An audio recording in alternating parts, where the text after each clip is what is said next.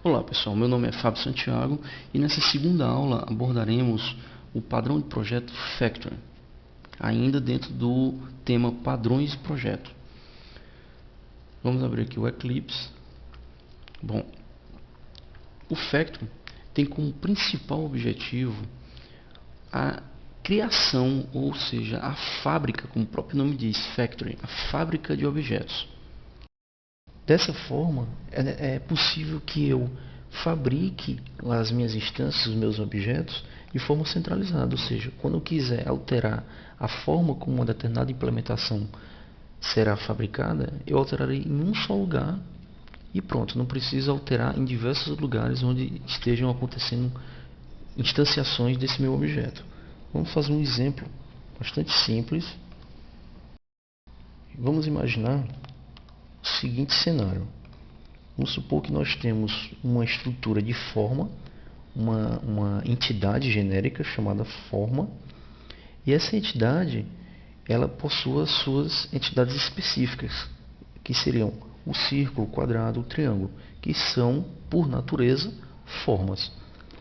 Então, a forma é onde nós aplicaremos o nosso factor, ou seja, a nossa fábrica de instância, como o próprio nome está dizendo. A forma é que saberá como criar seu determinado objeto. Ou seja, se eu tenho uma base e uma altura para calcular uma área, então é porque eu tenho um triângulo. Se eu tenho um raio, então é porque eu tenho uma circunferência.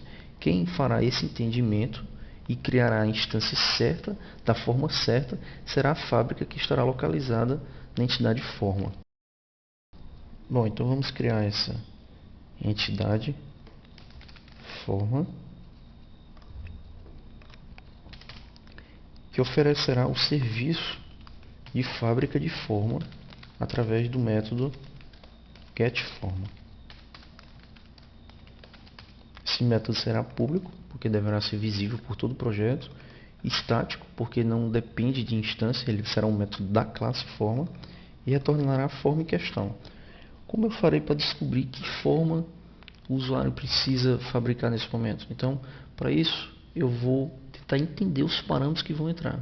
Os parâmetros que vão entrar serão, nesse caso, no nosso exemplo, serão os atributos utilizados para calcular a área de uma determinada forma. Vamos supor que no nosso universo, um atributo, por exemplo, poderia ter a certeza de que o usuário estava querendo um círculo, porque com um atributo eu tenho um círculo que só precisa do raio para se calcular a forma, que seria π vezes r ao quadrado.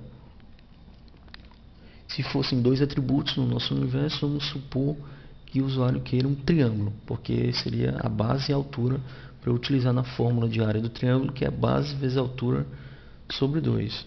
Então, para que esse método fique bem genérico, vamos imaginar que o seu parâmetro sejam exatamente esses atributos.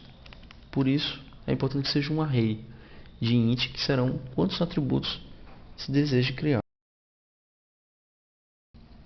Bom, assim nós vamos fazer uma verificação através desse parâmetro atributos no tamanho desse parâmetro.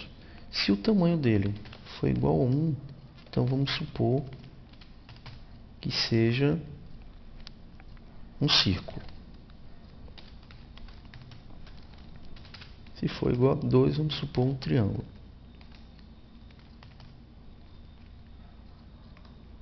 Então, nesse caso, nós vamos retornar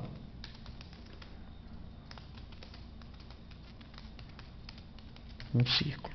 No momento, nós ainda não temos a classe círculo nem a classe triângulo. Vamos nos abstrair disso nesse momento. Vamos criar também a triângulo, caso eu receba dois atributos como parâmetro. Então, dessa forma, vamos criar a classe círculo e a classe triângulo.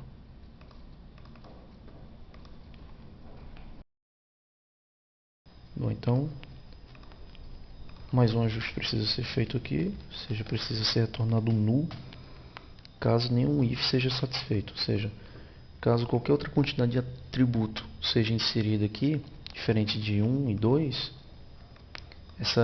no nosso contexto, subentende-se que essa forma não existe e um null será retornado. Bom, então, para fazermos um pequeno teste, para provar que a forma certa está sendo fabricada, vamos escrever o método toString de object de forma a imprimir que objeto seja esse, no caso, círculo. E o mesmo faremos com o triângulo, porém imprimindo triângulo.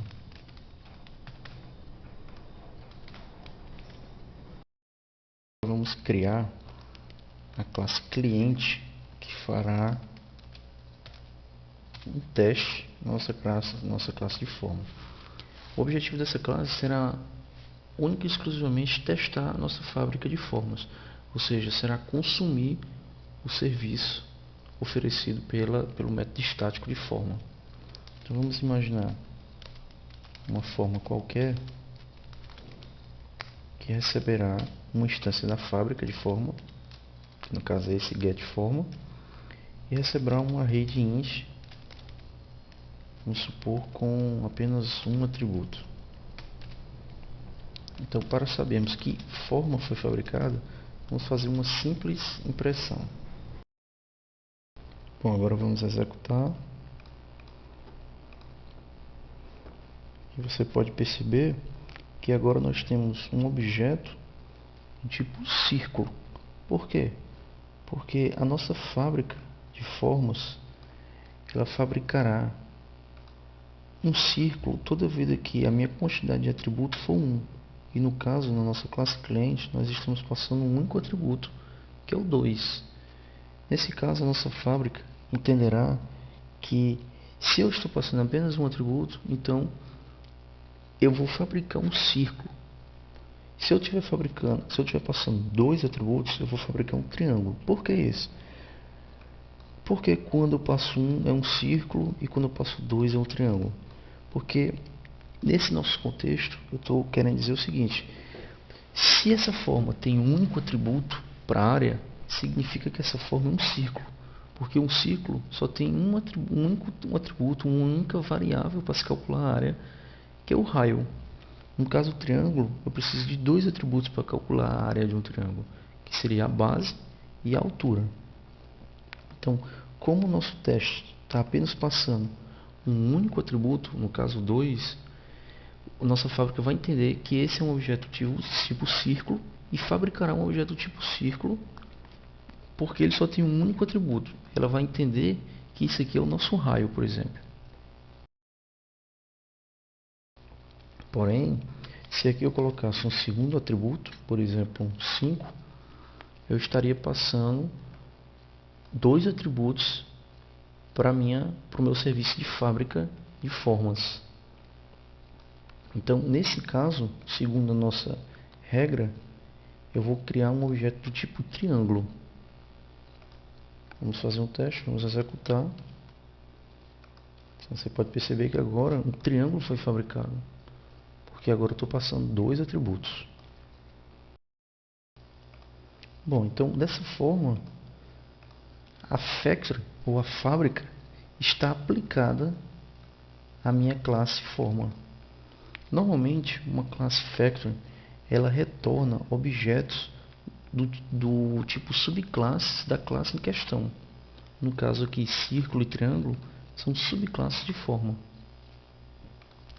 Então, a factory já está aplicada. Nós poderíamos evoluir esse nosso pequeno exercício para calcular a área dessas formas, por exemplo. Que até agora, somente os objetos estão sendo fabricados, mas não existe uma lógica de cálculo de área.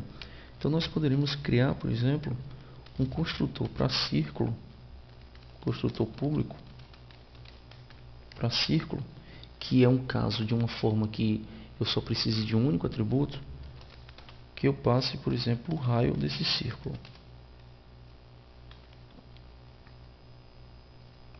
Eu poderia também criar um construtor para triângulo, também público, o qual eu passaria dois atributos. Seria a base e a altura.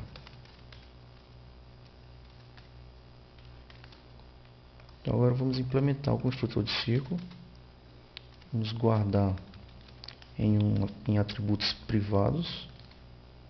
No caso aqui o raio, que é do tipo int. Vamos guardar o raio recebido como parâmetro do construtor no atributo da classe. E vamos fazer o mesmo para triângulo. Ou seja, criar os atributos de instância privados para base e altura. E, dados os valores do construtor, vamos armazenar os respectivos atributos de classe e objeto.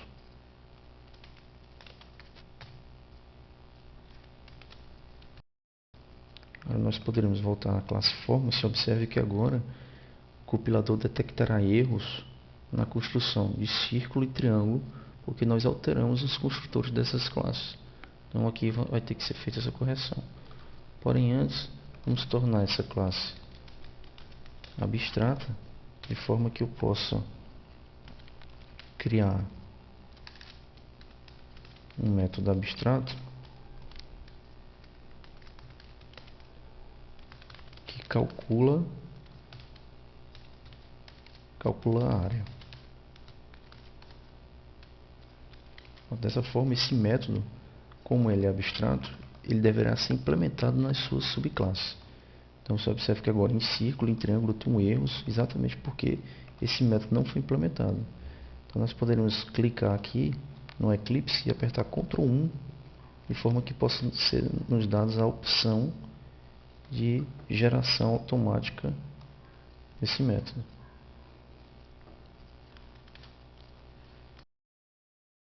Então agora vamos implementar. Simplesmente imprimiremos o resultado do cálculo da área de um círculo, no caso.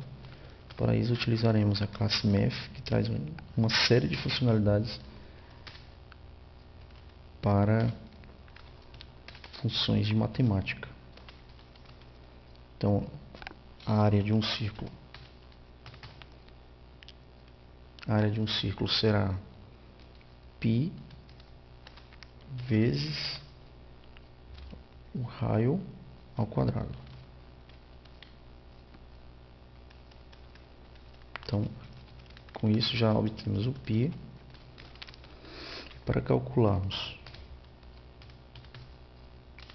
uma potência, vamos utilizar a função pool, também da classe Math, que será